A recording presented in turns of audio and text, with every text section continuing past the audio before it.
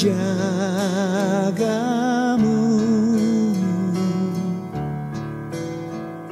naungan kasih-Nya pelindungmu, Tuhan menjagamu.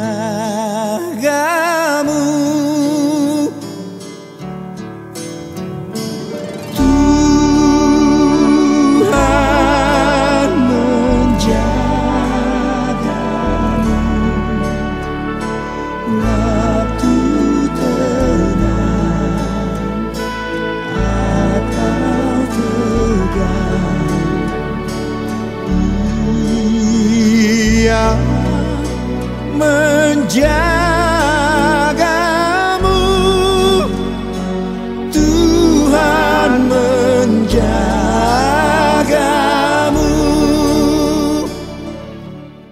Shalom bagi kita semua, jemaat Tuhan, secara khusus jemaat GBKP Klasis Jakarta Kalimantan, dimanapun Anda berada. Berjumpa lagi dengan program Sapaan Teduh. Pada pagi hari ini, sebelum kita mendengarkan firman Tuhan, mari kita meminta kekuatan kepada Tuhan. Mari kita bersatu dalam doa. Kita berdoa. Bapa di sorga, kami bersyukur atas kebaikan-Mu dalam kehidupan kami. Di pagi hari ini kami percaya Tuhan selalu menyertai kami, menuntun kami. Tuhan telah membangunkan kami. Terima kasih Bapa.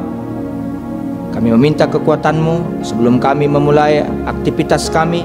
Kami mau mendengarkan firman-Mu. Berfirmanlah Engkau bagi kami, sehingga dengan itu kami boleh menjalani hari dengan baik dan benar. Inilah doa dan permohonan kami. Kami panjatkan dalam satu nama, Tuhan kami Yesus Kristus. Amin. Jemaat yang dikasihi oleh Tuhan kita Yesus Kristus, jemaat GBKP Klasis Jakarta Kalimantan dan yang menyaksikan channel YouTube ini, firman Tuhan yang menyapa kita pada pagi hari ini diambil dari 1 Petrus 4 ayat 14. Saya ulangi, 1 Petrus 4 ayat 14. Demikian firman Tuhan.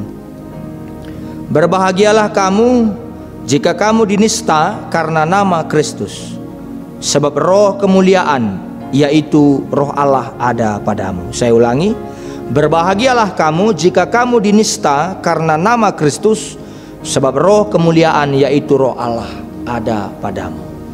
Jemaat yang dikasihi oleh Tuhan kita Yesus Kristus, kembali kami menyapa Anda semua. Salam, salam sehat, Jojoah, Horas, Yahubu.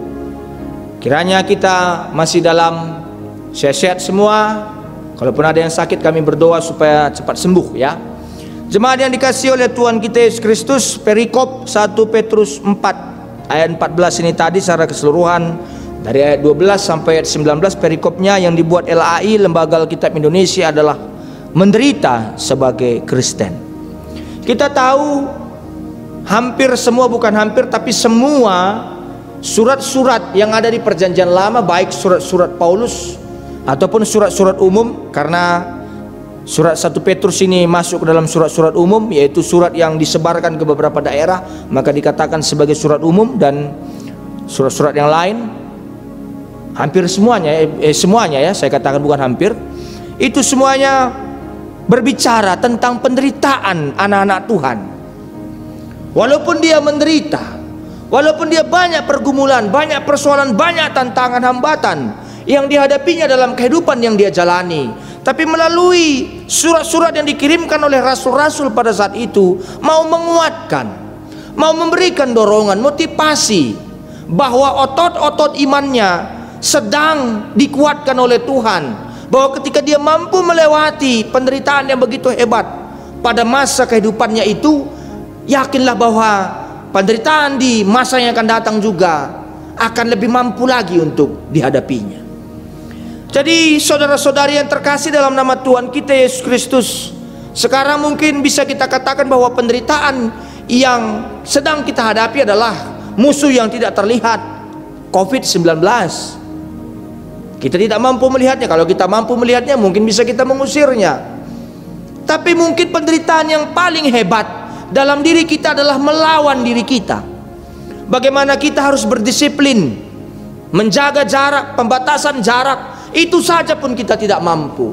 Saya juga kadang heran, Ke pesta-pesta kita berani pergi, ke mall, ke tempat-tempat terbuka kita berani pergi.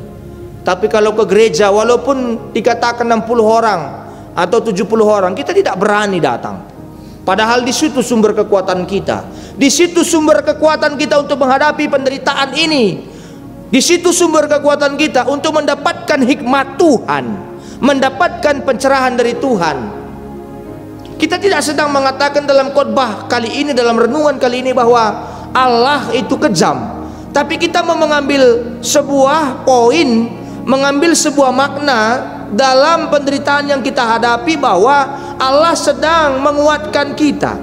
Kalau dikatakan dalam 1 Petrus 4 ayat 14 dikatakan, berbahagialah kamu jika kamu dinista karena nama Kristus, sebab roh kemuliaan, yaitu roh Allah, ada padamu. Hidup itu adalah perjuangan, perjuangan yang tidak akan pernah ada hentinya. Tapi ketika kita setia bersama dengan Tuhan, ketika kita dianiaya, ketika kita dihina, ketika kita dicaci maki, dan ketika kita menyerahkan itu semuanya kepada Tuhan, maka Tuhan yang akan bekerja, maka Tuhan yang akan mengerjakan bagiannya, yang akan memberikan kekuatan bagi kita. Memberikan kekuatan bukan untuk membalas, tapi memberikan kekuatan untuk mengampuni, untuk merangkul orang, untuk memberikan kasih, untuk memberikan berkat kepada orang yang menyumpahi kita. Karena ada Tuhan yang akan memberikan bagiannya nanti. Hari ini kita mau berbicara tentang itu. Apakah kita punya pergumulan tentang sakit penyakit, punya pergumulan di tengah-tengah pelayanan, dinista, dicaci maki, dianggap rendah, dianggap hina. Tapi Tuhan tidak pernah menghina kita, karena Tuhan memberikan kesempatan bagi kita untuk menjadi anak-anaknya. Maka hal yang menjadikan kita berbeda dari orang lain, yang membuat kita berbeda, pembedanya adalah berbahagialah kita kalau kita dinista karena nama Kristus, karena Kristus yang dinista itu bukan kita. Karena Kristus tidak bisa dilihat, tapi melalui kita Kristus bisa, orang lain bisa melihat Kristus dalam diri kita, ketegaran kita, kekuatan kita, kerendah hatian kita, hikmatnya kita, bagaimana seriusnya kita menyembah kepada Tuhan walaupun kita belum bisa ke gereja. Itulah yang menjadi kekuatan bagi kita, saudara-saudari yang terkasih dalam nama Tuhan kita Yesus Kristus. Saya selalu ingat cerita ikan salmon. Nanti bisa mau beli nih di buku Andar Ismail kalau belum ada, Selamat Berjuang, ya. Selamat Berjuang, covernya ini tentang bagaimana perjuangan ikan salmon. Mungkin beberapa pendeta teman-teman pasti sudah ada, tapi mungkin ada beberapa pertua dia akan jemaat mungkin belum ada, ya. Ini covernya tentang ikan salmon. Ini penutup tentang renungan ini, bagaimana kita memaknai perjuangan hidup, ya. Ikan salmon kalau dia mau bertelur, dia akan pergi ke hulu sungai. Itu biasanya dia berada di daerah-daerah yang dingin, ya, laut-laut yang dingin di daerah Eropa, daerah Asia Timur seperti Jepang, seperti itu, Rusia, daerah Eropa, Rusia seperti Amerika lah, seperti itu, daerah-daerah dingin ikan salmon. Jadi kalau dia mau bertelur, dia pergi ke hulu sungai, di mana sungai yang berjumpa dengan laut. Jadi ternyata dalam dia mau pergi bertelur, menetaskan ataupun bertelur lah, ya. Bertelur itu banyak rintangan yang harus dihadapi. Dia harus melewati batu-batu besar menuju ke hulu sungai. Bahkan mungkin juga ada beruang kutub yang akan memakan dia, memangsa dia. Harus juga melewati jeram-jeram ataupun riam-riam. Riam itu seperti aliran air yang sangat deras seperti itu. Jadi luar biasa sekali perjuangan salmon. Makanya salmon itu enak. Ternyata kehidupan yang enak itu, dagingnya yang enak itu, daging salmon yang enak itu dibarengi dengan perjuangannya yang tidak gampang. Saya mengambil sebuah cerita dari ikan salmon ini. Kenapa dagingnya enak? Karena perjuangannya juga nggak gampang, nggak enak. Tapi maksud kami mau mengatakan kepada kita, jemaat yang dikasihi Tuhan, mau menjadikan hidup ini enak adalah perjuangan yang tidak gampang. Ketika kita tekun, ketika kita tabah, ketika kita berjerih lelah, setia dalam perjuangan itu, maka kita akan menikmati hasil. Karena kita berjuang bukan sendiri, Kristus berjuang bersama kita. Allah berperang, kata Yosua. denganmu. Kristus bersama-sama dengan kita, menyertai kita. Immanuel, Allah beserta kita, menemani kita, memperjuangkan kita, memelihara kita.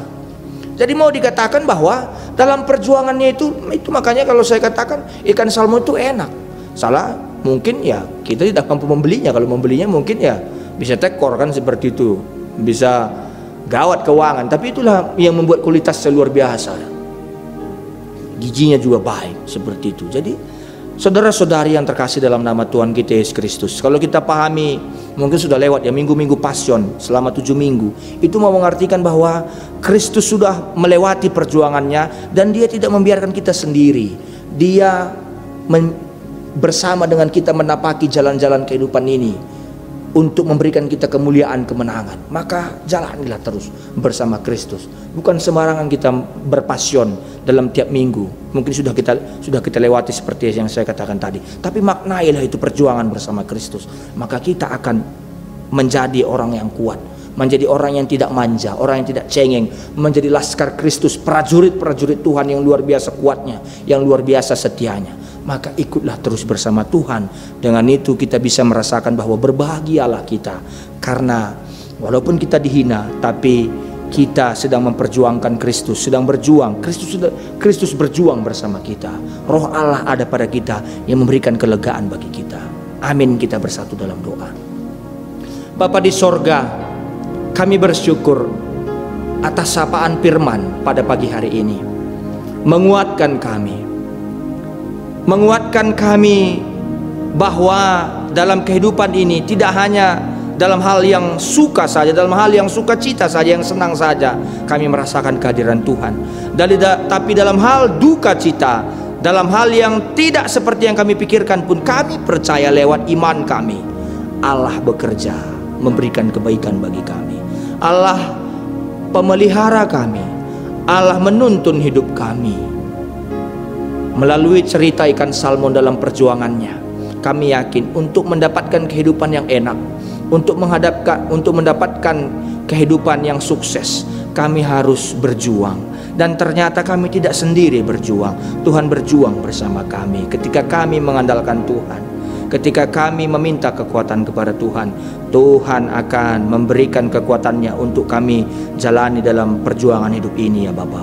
Kami berjuang bersama-sama melewati masa-masa yang berat ini karena hantaman virus corona, virus yang tidak terlihat.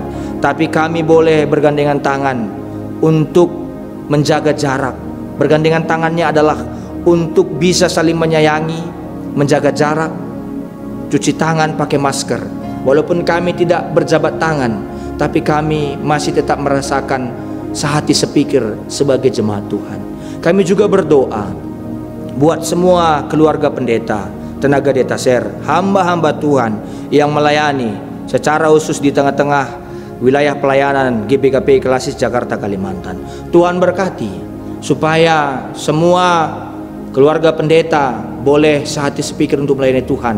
Tenaga-tenaga detaser juga mengerahkan segala daya dan upaya, kreativitas yang ada pada dirinya untuk melayani Tuhan, melayani jemaat-jemaat Tuhan, untuk menguatkan, memotivasi. Kami juga, Kau selalu kuatkan kami, dorong kami Bapa, motivasi kami, berikan lagi hikmat, berikan lagi kami kekuatan untuk kami boleh memimpin jemaat Tuhan, boleh kami melayani jemaat Tuhan dengan rendah hati.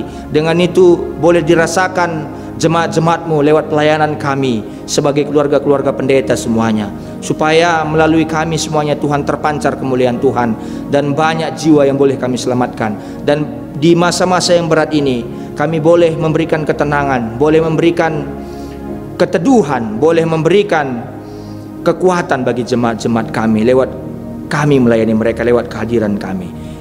Bapa dalam sorga, kami juga tidak punya kekuatan, tapi kami minta kekuatan sepenuhnya kepadamu. Jemaat-Mu, Kau lawat mereka satu persatu, Kau berkati mereka satu persatu. Inilah doa dan permohonan kami ya Bapa, yang kami panjatkan dalam satu nama, Tuhan kami Yesus Kristus. Amin.